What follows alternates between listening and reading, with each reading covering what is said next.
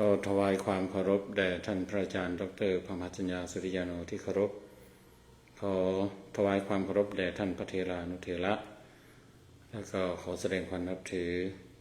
แก่เพื่อนสาธมิกผู้ร่วมแสดงธรรมในค่ำคืนนี้แล้วก็ขอเจริญพร ญาติโยมสาธุชนที่รับฟังรายการธรรมะสมโภชในวันพระช่วงเข้าพรรษาของวัดพุทธปัญญาทุกท่านวันนี้ค่ำคืนนี้ก็เป็นค่ำคืนวันพระที่2แรม15ค่ำเดือน8ของวัดพุทธปัญญาที่มีการแสดงธรรมเป็นธรรมสมโภช ก็ได้ฟังกันไปจากพระอาจารย์หลายๆท่านอาตมาเองก็จะขอเป็นองค์สุดท้ายก็ดำเนินการถ่ายทอดด้วยตนเองดังนั้นก็จึงใช้เวลาเตรียมติดตั้งนิดหน่อยแล้วก็ได้ทำความเข้าใจไว้กับท่านพระอาจารย์ดร.ณรงค์ว่าให้ใช้เวลาพูดให้เต็มที่ในส่วนที่เหลือก็เอาเท่าที่ได้เพราะว่าในส่วนของอาตมานั้นอย่างที่ได้เกริ่นข่าวแล้วนะว่าปีนี้ ช่วงแสดงธรรมในค่ำคืนวันพระนั้นจะได้นำเรื่องเกี่ยวกับมรดกที่ขอฝากไว้ของหลวงพ่อพุทธทาสมาพูดคุยกันซึ่งข่าวแล้วก็ได้พูดไปแล้วก็นำเสนอไป6ข้อหรือว่า6มรดกธรรมที่ขอฝากไว้นั้นหลวงพ่อพุทธทาสได้รวบรวมเอาสิ่งที่มีความสำคัญไม่ว่าจะฝ่ายทางวัตถุทางพิธีกรรมทางศาสนธรรมหรือส่วนใดๆเนี่ยเขียนเป็นมรดกของท่านไว้ถึง189ข้อนะ189ข้อก็เป็นข้อความในแต่ละข้อเนี่ยก็ไม่ยาวนักก็พอดีแต่ว่าเรื่องที่เป็นมรดกในแต่ละเรื่องในแต่ละข้อนั้นอาจจะมีความรุ่มลึกกว้างขวางแตกต่างกันไปก็ว่ากันในบางช่วงอาตมาอาจจะได้พูดได้น้อยบางช่วงก็อาจจะพูดได้หลายข้อก็ขึ้นอยู่กับว่าใจความของมรดกข้อนั้นๆมันมีความลุ่มลึกหรือว่ามันมีความกว้างขวางอะไรยังไงบ้าง นี้ก็ลืมบอกไปว่าจริงๆมรดก189ข้อเนี่ยที่หลวงพ่อพุทธทาสท่านได้เขียนเอาไว้ฝากเอาไว้เนี่ยเขาก็จะแบ่งเป็นเซกชันหรือว่าเป็นส่วนๆเป็นพาร์ทอย่างที่กล่าวไป6ข้อแรกเนี่ยเขาเรียกว่าเป็นมรดกฝ่ายวัตถุธรรมและพิธีกรรมแล้วก็ที่จะต่อจากวันนี้ก็ยังเป็นเซกชันนี้อยู่คือยังเป็นมรดกฝ่ายวัตถุธรรมและพิธีกรรมอยู่คราวแล้วท่านก็ได้เริ่มกับการอธิบายความหมายของการเป็นพุทธทาสแล้วก็ปณิธานของท่านแล้วก็ขยายความปณิธาน3ข้อของท่านแล้วก็ได้กลับมากล่าวถึงได้เข้ามากล่าวถึงเรื่องของสวนโมกข์ในมรดกธรรมข้อที่6ก็ย้อนนิดหนึ่งที่ท่านได้พูดว่าสวนโมกข์คือสถานที่ให้ความสะดวกในการเป็นเกลือกับธรรมชาติทั้งฝ่ายจิตและฝ่ายวัตถุควรจัดให้มีกันทุกแห่งหนเพื่อการศึกษาธรรมชาติโดยตรงเพื่อการรู้จักกฎของธรรมชาติและเพื่อการชิมรสของธรรมชาติจนรู้จักรักธรรมชาติซึ่งล้วนแต่ช่วยให้เข้าใจธรรมะได้โดยง่ายนี่ก็เป็นการให้คำนิยาม เกี่ยวกับสวนโมกเป็นเบื้องต้นว่าสวนโมกคืออะไรก็คือสถานที่ที่จัดขึ้นเพื่อให้รู้จักธรรมชาติรู้จักรักธรรมชาติอยู่ใกล้ชิดชนิดที่ว่าถือเอาธรรมชาตินั้นเป็นเกลอหรือว่าเป็นเพื่อนรักเป็นเพื่อนแท้เพราะว่าการที่คนมีอัธยาศัยดังนี้จะช่วยทำให้เข้าใจธรรมะอันเป็นกฎความจริงอันเป็นความจริงและก็เป็นกฎแห่งความจริงที่มีอยู่ตามธรรมชาติเช่นที่พระพุทธเจ้าของเราได้กระทำได้ทำไว้เป็นแบบอย่างทีนี้มาสู่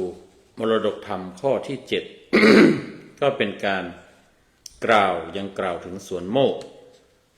ดังกล่าวถึงสวนโมกในหลายๆแง่หลายๆมุมในมรดกข้อที่ 7 นั้นท่านได้กล่าวถึงสวนโมกไว้ว่าสวนโมกคือมหรสพทางวิญญาณเป็นสิ่งจำเป็นต้องมีสำหรับสัตว์ที่มีสัญชาตญาณแห่งการต้องมีสิ่งประเร้าประโลมใจอันเป็นปัจจัยฝ่ายวิญญาณเพิ่มเป็นปัจจัยที่ 5ให้แก่ปัจจัยทั้ง 4อันเป็นฝ่ายร่างกาย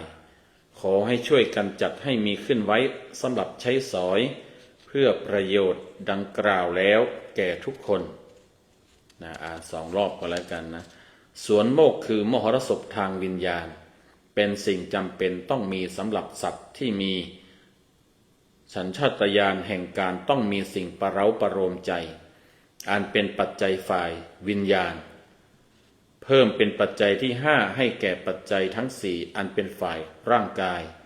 ขอให้ช่วยกันจัดให้มีขึ้นไว้สำหรับใช้สอยเพื่อประโยชน์ดังกล่าวแล้วแก่ทุกคนดังที่ได้กล่าวในข่าวแล้วว่ามรดกธรรมที่ขอฝากไว้มรดกที่ขอฝากไว้ที่รวบรวมมาเป็นหนังสือในชุดนี้ชุดที่เอามาในของธรรมสภาเนี่ยมันมีภาคภาษาอังกฤษด้วยแล้วก็จึงได้บอกว่าจะขออ่านที่เป็นภาคภาษาอังกฤษด้วยเผื่อว่ามีชาวต่างชาติหรือว่าคนเชื้อสายไทยที่ไม่เข้าใจภาษาไทยก็จะพอจะเข้าใจเรื่องราวได้บ้างLegacy number 7 สวนโมก is a house of entertainment for spirituality which is something necessary for us who are living being driven by an instinctive need for spiritual cajoling and to processes. This spirituality is a material factor that had been added as a fifth requisite to the existing 4 material requisites.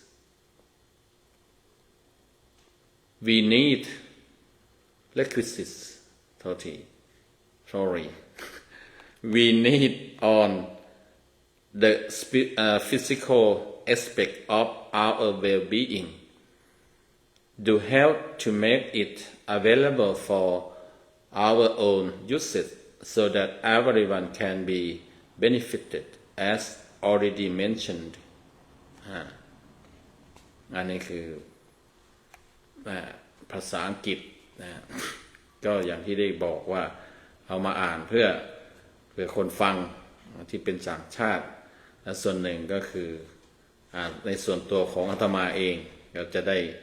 ศึกษาในฐานะเป็นนักเรียนศึกษาภาษาที่ยังจำเป็นจะต้องศึกษาภาษาอังกฤษมรดกข้อที่ 7 นี้หลวงพ่อพุทธทาสท่านได้นิยาม สวนโมกข์ท่านได้กล่าวถึงสวนโมกข์ว่าคือมหรสพทางวิญญาณมหรสพทางวิญญาณนั้นเป็นคำที่หลวงพ่อพุทธทาสท่านได้สร้างขึ้นหรือว่าคิดค้นขึ้นเพื่อที่จะเป็นสิ่งเติมเต็มสำหรับชีวิตเพราะว่าในทางโลกในวิถีโลกเนี่ยเขามีมหรสพโรงมหรสพก็คือเป็นที่รู้กันว่าหมายถึงว่าเป็นที่ให้ความเพลิดเพลินให้ความบันเทิงให้ความสนุกสนานหรือถ้าแปลเป็นภาษาไทยหมายว่าโรงหนังโรงมหรสพคือโรงหนัง movie theater movie theater ภาษาอังกฤษเนี่ยก็เกิดขึ้นมาอาจจะเริ่มจากทางฝ่ายตะวันตกก่อนแล้วก็มีอิทธิพลไปทั่วโลกและในประเทศไทยเราก็มีมหรสพโรงหนังเนี่ยที่ฉายหนังกันเพื่อความเพลิดเพลินบันเทิงในหลายๆแบบแต่หลวงพ่อพุทธทาสคิดว่าเห็นว่านั่นมันเป็นฝ่ายร่างกายฝ่ายตอบสนองประสาทสัมผัสความเพลิดเพลินความสุขความพึงพอใจทางประสาทสัมผัสทั้ง5คือทางตาทางหูทางจมูกทางลิ้นทางกายเท่านั้นมันยัง มันยังขาดมันยังไม่รวมถึงความเพลิดเพลินระดับจิตวิญญาณระดับวิญญาณซึ่งการที่ใช้คำว่าวิญญาณเนี่ยก็เนื่องจากว่าเพื่อต้องการทำให้มันชัดขึ้นในการอธิบายเรื่องราวของชีวิตดั้งเดิมเขาก็มีเรื่องชีวิตก็แบ่งเป็นกายกับจิตนั่นแหละแต่ว่าเมื่อคนเอามาใช้กันแล้วใช้คำว่ากายกับจิตหรือว่าจิตอธิบายจิตนี่บางทีมันยังไม่ได้ถึงระดับจิตที่แท้จริงมันถึงแค่เพียงแค่ร่างกายโดยยิ่งก็คือระบบประสาทหรือว่าระบบมันสมองหลวงพ่อพุทธทาสก็จึงว่ามันต้องให้มีความชัดเจนให้ถึงระดับของจิตใจท่านก็เลยเอาคำที่เป็นที่รู้กันเป็นปริบทในสังคมในยุคนั้นว่าระดับจิตวิญญาณมันเป็นเรื่องระดับที่ลึกซึ้งถึงขั้นจิตใจที่แท้จริงท่านก็จึงใช้คำนี้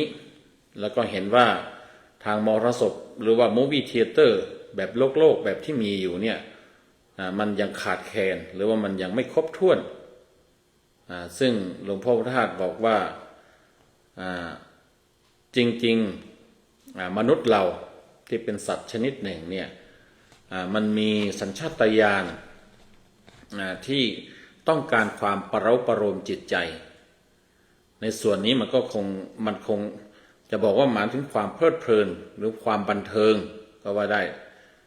แต่ว่ามันเป็นความบันเทิงระดับสูงความบันเทิงที่มันเกื้อกูลต่อความเจริญทางจิตใจแล้วก็เกื้อกูลต่อการเข้าถึงธรรมเนี่ยโดยเขาเรียกว่าโดยระดับพื้นฐานหรือว่าระดับสัญชาตญาณนี่หลวงพ่อท่านมองเห็นว่าเนี่ยมันมีมนุษย์เราแล้วคนเราเนี่ยมันมีส่วนนี้ดังนั้นมันก็จะต้องมีโรงมหรสพทางวิญญาณมหรสพระดับวิญญาณหรือตอบสนองซัพพอร์ตทางจิตวิญญาณเนี่ยเอาไว้แล้วท่านก็นิยามบอกว่าเนี่ยสวนโมกข์เนี่ยสวนโมกข์ของท่านที่ท่านก่อตั้งขึ้นเนี่ยสวนโมกขพระรามเนี่ยถือว่าได้ว่าเป็น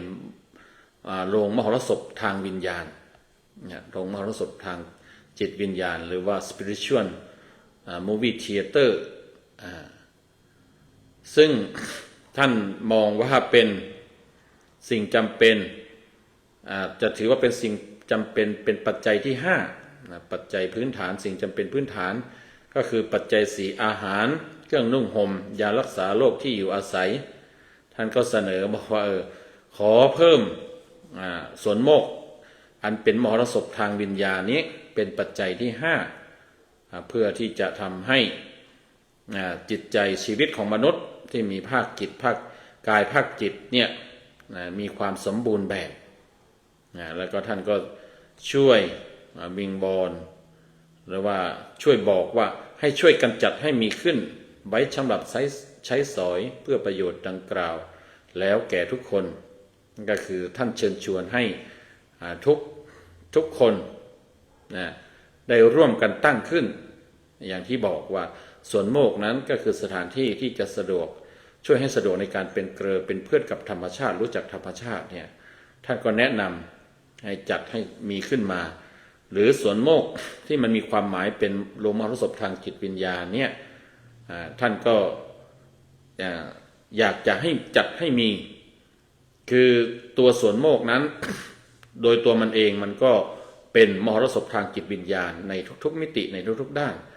แต่ว่าในแง่ของสถานที่เนี่ยในแง่ของสิ่งก่อสร้างเนี่ยก็จะเป็นที่รู้กันว่าที่สวนโมกขพารารามนั้นจะมีโรงมหรสพทางจิตวิญญาณคือเป็นตัวอาคารที่หลวงพ่อท่านได้ออกแบบให้มีการสร้างขึ้นมาแล้วก็ให้มีการรวบรวมนะเขาเรียกว่าการสื่อธรรมะนะการสื่อธรรมะที่เป็นภาพวาดส่วนมากจะเป็นภาพวาดที่เล่าเรื่องราวหรือว่าสื่อถึงธรรมะเพื่อที่นำไปสู่การพัฒนาจิตใจทำให้จิตใจนั้นมีความเข้าใจความจริงเข้าใจธรรมะก็จะมีเยอะแยะมากมายที่สวนโมกภาพเด่นๆก็คือภาพปฏิจจสมุปบาทภาพที่อธิบายวงจรของการเกิดขึ้นแห่งความทุกข์แห่งกิเลสและก็วงจรแห่งการดับไปแห่งความทุกข์แห่งกิเลสเนี่ยก็ถือว่าเป็นภาพเด่นก็คือภาพที่เป็นยักษ์คือการเวลายักษ์พการเวลาที่กลืนกินทำท่าเหมือนจะกลืนกินทุกสิ่งทุกอย่างแล้วก็จะมีภาพย่อยๆที่กล่าวถึงปฏิจจสมุปบาทตั้งแต่อวิชชาจนถึงจุดเริ่มต้นไปจนถึง โสกมรณะปริเทวะทุกโทมนัสอุปายาสะก็เป็นวงจรแบบนั้นทีนี้ทางโรงมหรสพทางจิตวิญญาณนี้ถ้าหากว่าในแง่ของวัดวาอารามหรือสถานที่ที่ได้รับอิทธิพลทางความคิดจากสวนโมกขพารารามที่อำเภอชยาจังหวัดสุราษฎร์ธานีนี่ก็พยายามจะทำให้มีขึ้นมาดังเช่นที่วัดอุโมงค์สวนพุทธธรรมที่เชียงใหม่ก็มีโรงมหรสพทางจิตวิญญาณหรือว่าโรงมหรสพทางวิญญาณเช่นกันถ้าหากว่าใครเคยไปที่วัดอุโมงค์สวนพุทธธรรมที่เชียงใหม่ก็จะเห็นว่าเราพยายามจะจัดสภาพแวดล้อมให้มีความใกล้เคียงหรือว่าให้มีลักษณะเป็นสวนโมกให้มากที่สุดเท่าที่จะเป็นไปได้ก็จะมีหอสมุดธรรมโคตรแล้วก็มีโรงมหรสพทางวิญญาณนี้อาจจะไม่ใหญ่โตเหมือนที่สวนโมกแต่กันนั้นก็มีได้จัดขึ้นตามเจตนาของทางเจ้าพ่อชื่นสิโรรสผู้ที่พัฒนาวัดอุโมงค์สวนพุทธธรรมจากวัดล้างให้เป็นวัดที่มีกิจกรรมเผยแพร่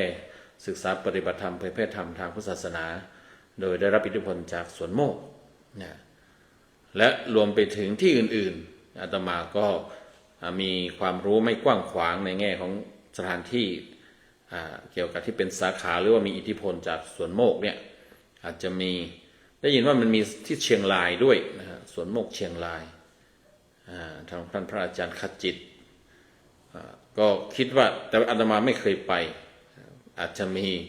การสร้างอาคารสถานที่เรียกว่าโรงมหรสพทางวิญญาณนี้เช่นกันที่นั่นหรือที่อื่นๆยังไงก็ตามถ้าหากว่า มีลักษณะความเป็นสวนโมกเนี่ยสิ่งหนึ่งที่ต้องมีก็คือการสร้างโรงมหรสพทางวิญญาณแต่ว่าโดยมรดกใจความของมรดกข้อที่7นี้หลวงพ่อท่านไม่ได้เจาะจงเอาเฉพาะตัวอาคารที่จัดเป็นโรงมหรสพทางวิญญาณเท่านั้นแต่หมายถึงองค์รวมทั้งหมดองค์รวมทั้งหมดของตัวสถานที่ที่มีจัดสภาพให้มีความสะดวกต่อการเป็นเพื่อนกับธรรมชาติเข้าใจธรรมชาติเนี่ย ก็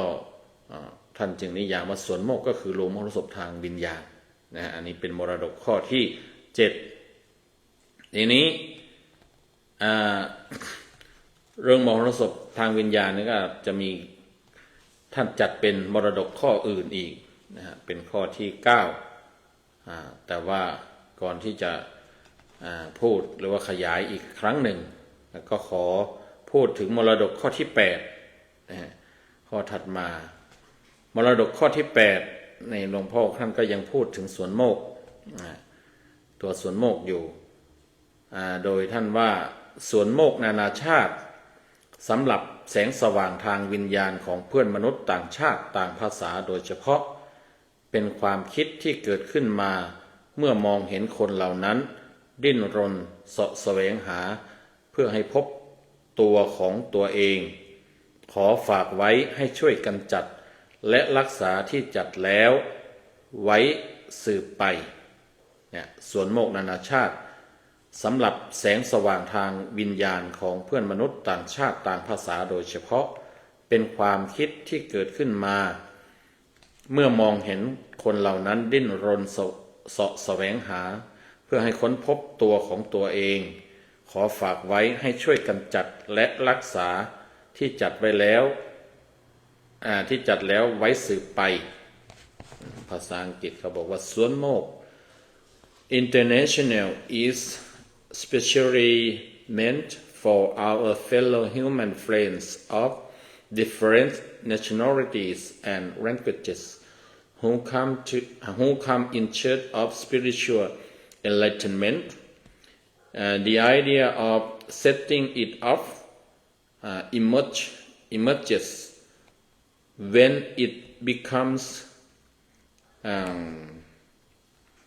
เห็นไม่ชัด discernible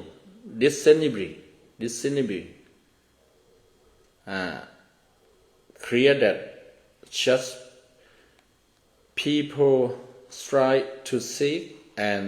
discover their own selves so do help to make whatever arrangement deemed necessary and preserve all that have been arranged to ensure continuity รอบเดียวกันแล้วกันนะโยมนะ เราไม่ได้เน้นมากนะพอให้ได้เข้าใจในมรดกข้อที่8นี้ท่านก็ กล่าวถึงสวนโมกข์นานาชาตินะฮะเพราะว่าที่สวนโมกข์ขับพระรามอำเภอชยาจังหวัดสุราษฎร์ธานีนั้นห่างกันออกไปอีกราวๆกิโลนิดๆเนี่ยมันมีสวนโมกข์นานาชาติเกิดขึ้นสวนโมกข์ขับพระรามนั้นก่อตั้งในปี 2475 สวนโมกข์นานาชาติเนี่ยตามข้อมูลเขาบอกว่ามาก่อตั้งในปี 2529 คงจะเกิดสืบเนื่องมาจากการที่เมื่อสวนโมกข์เป็นที่รู้จักทั้งคนไทยและชาวต่างชาติแล้วก็มีคนสนใจที่จะมาศึกษาพุทธศาสนาตามแบบของหลวงพ่อพุทธทาสหรือว่าหลักธรรมของหลวงพ่อพุทธทาสโดยตรงเมื่อเป็นเช่นนั้นก็เลยหลวงพ่อท่านจึงเห็นว่าเพื่ออนุเคราะห์เพื่อนมนุษย์ที่ต่างชาติต่างภาษาเหล่านี้ก็เลยได้จัดสวนโมกข์นานาชาติขึ้นก็ปัจจุบันนั้นกิจกรรมของสวนโมกข์นานาชาติเท่าที่ดูรู้จากข้อมูลเขาก็จะมีการจัดคอร์สปฏิบัติธรรมอานาปานสติเนี่ยเป็นคอร์ส10 วันเริ่มต้นจากวันที่1ของต้นเดือนของแต่ละเดือนเนี่ยไปจนถึงวันที่11วันที่คือ10 วันก็จัดคอร์ส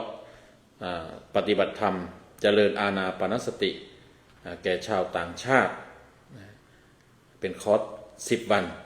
ก็ยังดำเนินการอยู่จนปัจจุบันนี้นับตั้งแต่การก่อตั้งตั้งแต่ปี 2529 เป็นต้นมาเท่าที่ทราบมานี่ก็ว่ามีชาวต่างชาติตั้งแต่วัยรุ่นตั้งแต่17 ปีถึงวัยหนุ่มสาวแล้วก็วัยก็เรียกว่าวัยผู้สูงอายุ จนถึง70-80อะไรเนี่ยไปนะสนใจไปเข้าคอร์สเทคคอร์สปฏิบัติธรรมกันนะอยู่เนืองๆไม่ได้ขาดเราชาวพุทธเราคนไทยเราอาจจะไม่รู้นะว่ามีชาวต่างชาติเนี่ยสนใจในเรื่องของการปฏิบัติภาวนาแบบอานาปานสติ16ขั้นที่หลวงพ่อพุทธทาสท่านได้นำมาแสดงนำมาสอนว่าแบบของพระพุทธเจ้าเนี่ยที่เรียกว่าจากอานาปานสติสูตรเนี่ยเรียกว่าอานาปานสติเนี่ย16ขั้นเนี่ยมันเป็นแบบที่สมบูรณ์แบบเป็นการเจริญภาวนาปฏิบัติภาวนาที่สมบูรณ์แบบ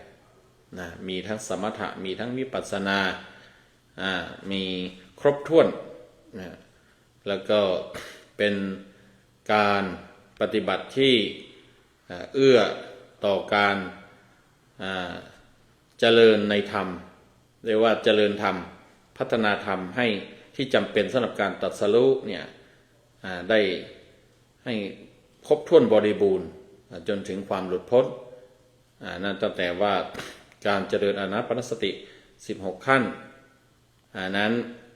ถ้าเจริญครบถ้วนก็จะเป็นการเจริญสติปัฏฐาน4ครบถ้วนด้วยแล้วก็เป็นการเจริญโพชฌงค์7ให้ครบถ้วนให้บริบูรณ์แล้วก็จะทำให้เกิดวิชชาวิมุตติขึ้นมาเกิดปัญญาขึ้นมาเกิดความหลุดพ้นขึ้นมาก็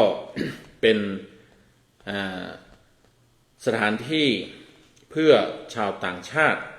ส่วนโมกนานาชาติอันนี้ก็ท่านได้กล่าวไว้ใน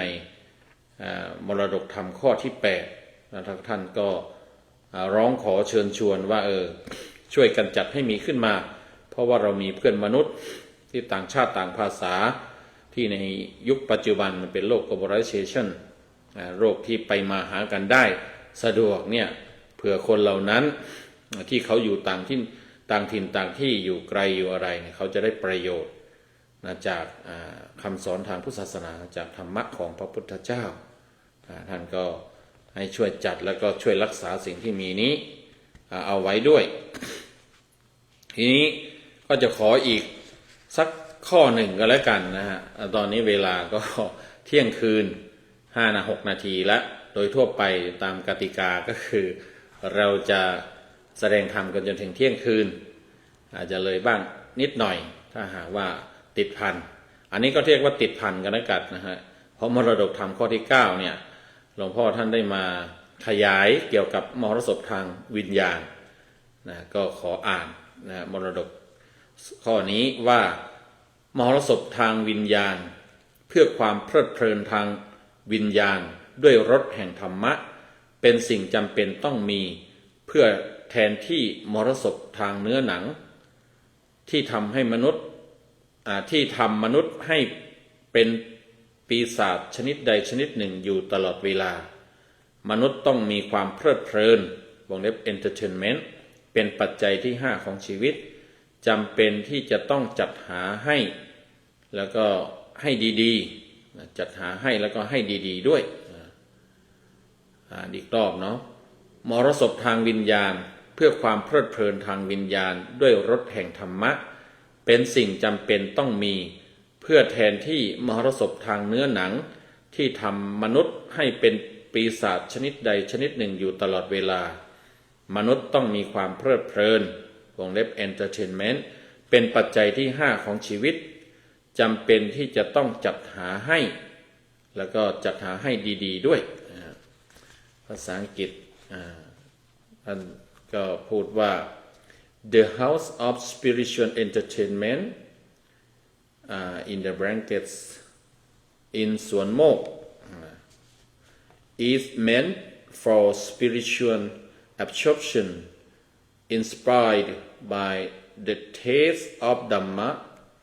It is something needed to replace those houses of sensual entertainment which turn human beings into any one kind of devils all the time. Humankind needs some form of entertainment to be the fifth requisite of life. thus it is necessary to make the proper provision of these additional requisites ก็ในมรดกธรรมข้อที่9เนี่ยท่านว่ามรสพทางจิตวิญญาณเนี่ยก็คือมันมีจุดประสงค์เพื่อความเพลิดเพลินทางวิญญาณก็อย่างที่ท่านได้พูดไปในข้อที่7นั้นว่าเพราะว่ามนุษย์เรานั้นมันทางในโดยสัญชาตญาณเนี่ยมันมีจิตใจเราระดับขั้นจิตวิญญาณหรือว่าจิตใจเราเนี่ยมีความต้องการความประโลมทางจิตใจประโลมหรือความเพลิดเพลินทางจิตใจเนี่ยดังนั้นมันจึง จะต้องจัดขึ้นมาแต่ว่าเจตนาแล้วเนี่ยก็คือเพื่อความเพลิดเพลินทางจิตวิญญาณด้วยรสแห่งธรรมะท่านเขียนกำกับไว้ก็คือว่ามันมีความเพลิดเพลินเนี่ยมันไม่ได้เพลิดเพลินด้วยความสนุกสนานแบบโลกที่ตอบสนองตาหูจมูกลิ้นกายประสาทสัมผัสทั้ง5แต่ว่าอันนี้เนี่ยเป็นเรื่องของการเข้าใจความจริงหรือว่าเข้าใจธรรมะแล้วมันมีความเพลิดเพลินมีความเพลิดเพลินความเพลิดเพลินตรงนี้เราอาจจะกล่าวได้ว่าคือปีติก็คือความเอิบอิ่มความเพลิดเพลินมันเป็นอาการลักษณะของความสุขความพอใจความยินดีทางจิตใจแต่ว่าอันเกิดจากรสแห่งธรรมะมันเป็นรสชาติมันเป็นความเพลิดเพลินทางจิตวิญญาณแต่ว่ามันเป็นรสชาติแห่งธรรมะเป็นรสชาติระดับธรรมะเป็นสิ่งจำเป็นต้องมีหลวงพ่อท่านว่าเป็นสิ่งจำเป็นต้องมีเพื่อทดแทนความสนุกสนานความเพลิดเพลินหรือว่าที่เรียกว่ามหรสพทางเนื้อหนังซึ่งหลวงพ่อท่านมองว่าโรงมหรสพคือโรงหนังข้างนอกเนี่ยตอบสนองความเพลิดเพลินทางเนื้อหนังทางประสาทสัมผัสทั้ง5แล้วก็ทำให้ผู้คนเราทำให้มนุษย์เราเนี่ยกลายเป็นปีศาจชนิดใดชนิดหนึ่งนั่นก็คือว่าไปดูสิ่งเหล่านั้นแล้วเนี่ยก็มีแต่อยากได้อยากมีอยากเป็นทำให้เกิดความอยากมาตอบสนองความสุขทางตาหูจมูกลิ้นกายนั้นอยู่ตลอดเวลามันเหมือนกับว่ากลายเป็นดีไม่ดีความต้องการที่อยากจะมีความสุขความเพลิดเพลินทางเนื้อหนังมังสาเนี่ยมันทำให้คนนี่กลายเป็นผีกลายเป็นปีศาจกลายเป็นซาตานกลายเป็นผู้ร้ายซึ่งหลวงพ่อท่านเห็นว่าบางทีก็เกิดมาจากการถูกกระตุ้นด้วยโรงมหรสพด้วยโรงหนังด้วยสื่อพวกนี้คือสื่อทางข้างนอกหรือว่าสื่อทางโลกเนี่ยมันไม่ได้ไปส่งเสริมความเจริญทางจิตใจความเจริญความเพลิดเพลินทางจิตวิญญาณที่จะทำให้หันไปสู่การศึกษาการเข้าใจธรรมะหรือว่าลิ้มรสแห่งธรรมะแต่กลับกลายเป็นเพื่อตอบสนองความสุขทางเนื้อหนังเนี่ยมันจึงทำให้บางทีการแสวงหาเหล่านั้นไม่ชอบธรรมแล้วก็เบียดเบียนเพื่อนมนุษย์แล้วก็มีความเขาเรียกว่า มีความต่ำทรามเพราะว่าเป็นความเลวร้ายจึงทำให้เปลี่ยนให้คนเนี่ยกลายเป็นปีศาจดังนั้นหลวงพ่อจึงบอกว่าเนี่ยความเพลิดเพลินตรงนี้ความเพลิดเพลินทางจิตวิญญาณด้วยรสแห่งพระธรรมเนี่ยมันเป็นปัจจัยที่5ของชีวิตที่จำเป็นต้องมีถึงจำเป็นต้องมีว่ากันว่าหลวงพ่อท่านเนี่ยได้ความคิดมาจากการไปอินเดียไปเที่ยวชมสถานที่พุทธสถานสถานที่เกี่ยวข้องกับพุทธศาสนาพระพุทธเจ้าที่อินเดียที่สานจิที่ถ้ำอาชันต้าเนี่ยมันจะมีภาพวาดที่สื่อถึงประวัติศาสตร์พระพุทธศาสนาหรือว่าเรื่องราวของพุทธศาสนาในยุคก่อนๆหรือยุคถัดมาก็ตามเนี่ยแล้วดูแล้วเนี่ยมันมีความเพลิดเพลินและมันให้ สติปัญญาหลวงพ่อพุทธทาสท่านจึงนำมาคิดนำมาคิดแล้วนำมาสร้างที่สวนโมกขพรารามแล้วแต่ว่าท่านก็มี แหล่งข้อมูลหรือว่ามีการค้นพบมีการรับรู้ว่ามีมหรลักษณะสื่อทางมหรสพทางวิญญาณที่คนพุทธสมัยก่อนในทางภาคใต้ หรือคนพุทธสมัยต่อมา หรือเพื่อนมนุษย์เหล่าคนพุทธเราในถิ่นที่ประเทศอื่นๆเนี่ยได้แสดงได้วาดได้สื่อความเพราะอย่างยิ่งก็คือพวกเซนพวกอะไรต่างๆเนี่ยเขาวาดภาพที่สื่อธรรมะได้อย่างลุ่มลึกซึ้งหลวงพ่อท่านก็เลยเอามารวบรวมจัดแสดงไว้เพื่อให้เพื่อนมนุษย์เรานั้นได้ประโยชน์จากการดูมหรสพทางจิตวิญญาณนี้เพื่อคล้ายๆในแง่หนึ่งก็คือเป็นการจัดโรงมหรสพทางวิญญาณเพื่อที่จะทดแทนหรือว่าเพื่อที่จะยันต้านหรือว่ายันความมหรสพหรือว่าโรงมหรสพทางเนื้อหนังหรือว่าทางโลกที่มันมีอยู่เกลื่อนซึ่งส่วนมากก็สนับสนุนให้คนมีกิเลสไม่ได้ให้คนมีธรรมะดังนั้นหลวงพ่อจึงบอกว่าเนี่ยเมื่อมนุษย์มันมีสัญชาตญาณในการแสวงหาความประเราะประโรงทางจิตใจระดับลึกระดับจิตวิญญาณมันก็ควรจะมีโรงมหรสพทางวิญญาณซึ่งก็โชคดีที่ว่าเพื่อนมนุษย์ในหลายๆที่เขาก็ทำกันไว้ท่านก็มาถึงยุคท่านก็เลยว่าควรจะต้องมีควรจะต้องมีเพื่อที่จะมาเป็นการยับยั้งและเป็นการต้านทานกับโรงมรสพแบบโลกที่มนุษย์เราสร้างขึ้นมาจนล้นจนเพลิดเพลินเกินไปแต่ว่ามันเป็นเพลิดเพลินเพื่อให้สนับสนุนกิเลสไม่ได้สนับสนุนจิตใจไม่ได้ส่งเสริมจิตใจความเจริญทางจิตใจหรือไม่ได้ส่งเสริมหรือไม่ได้สื่อถึงธรรมะหลวงพ่อพระธาตุจึงบอกว่าเนี่ยมันเป็นปัจจัยที่5นะโรงมรสพทางวิญญาณเนี่ยเพื่อความเพลิดเพลินประเราะประโลมความเพลิดเพลินทางจิตใจเนี่ยจำเป็นต้องจัดให้มีและจัดให้ดีๆด้วยท่านยังย้ำบอกว่าขอให้จัดให้ดี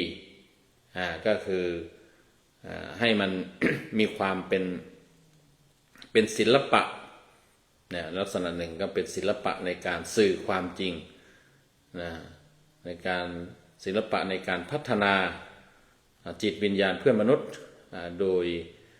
ด้วยภาพหรือเรื่องราวเรื่องเล่าที่เป็นรูปธรรมใดๆเพื่อมีความเพลิดเพลินทางจิตวิญญาณด้วยเกิดอันมาจากการที่จิตวิญญาณนั้นได้ไปริมรสแห่งพระธรรมแห่งธรรมะอันนี้ก็คงจะต้องพูดเกี่ยวกับมรดกที่ฝากไว้แค่3ข้อนี้ก่อนเพราะว่าเวลาที่ทดแทนมาก็ล่วงเลยมาพอสมควรท่านที่ยังติดตามชมติดตามฟังอยู่เราจะได้พักในตอนนี้จากกล้องหน้านี่ก็มีโยม พะเยาเจนพนัสซึ่งมาถือศีลอยู่ที่วัดเนี่ยเห็นอย่างขึ้นสถานะว่า is watching you แล้วก็มีคุณโยมนิพาพรยิ่งรุ่งโรจน์ขอได้คอมเมนต์ว่าขออนุโมทนาสาธุเจ้าค่ะก่อนหน้านั้นก็ดูมันจะมีโยมกัลยาคุณโยมโจ้ยินดีแล้วก็คุณโยมอะไรอีกท่านแล้วขอเลื่อนดูมีหลายท่านเหมือนกันนะฮะคุณโยมบัวผันหอคุณโยมกัลยาว่องทิพย์คงคาคุณโยมรัตตินันใช่ไหมเชาอะไรเนี่ยขออภัยนะนามสกุลอ่านไม่เห็นชัดก็ประมาณนี้นะคุณโยมโจ้ยินดีคุณโยม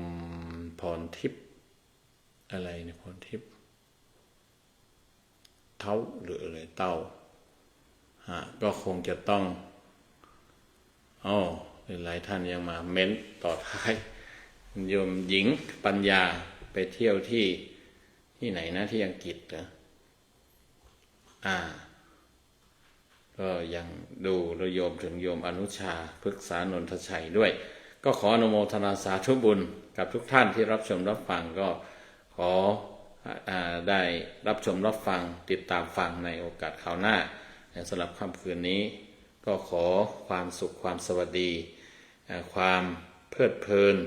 ความมีมรสพทางวิญญาณเพื่อความเพลิดเพลินทางจิตใจด้วยรสแห่งพระธรรมจงบังเกิดมีแด่ท่านผู้ชมผู้ฟังด้วยกันทุกท่านทุกคนเทอญ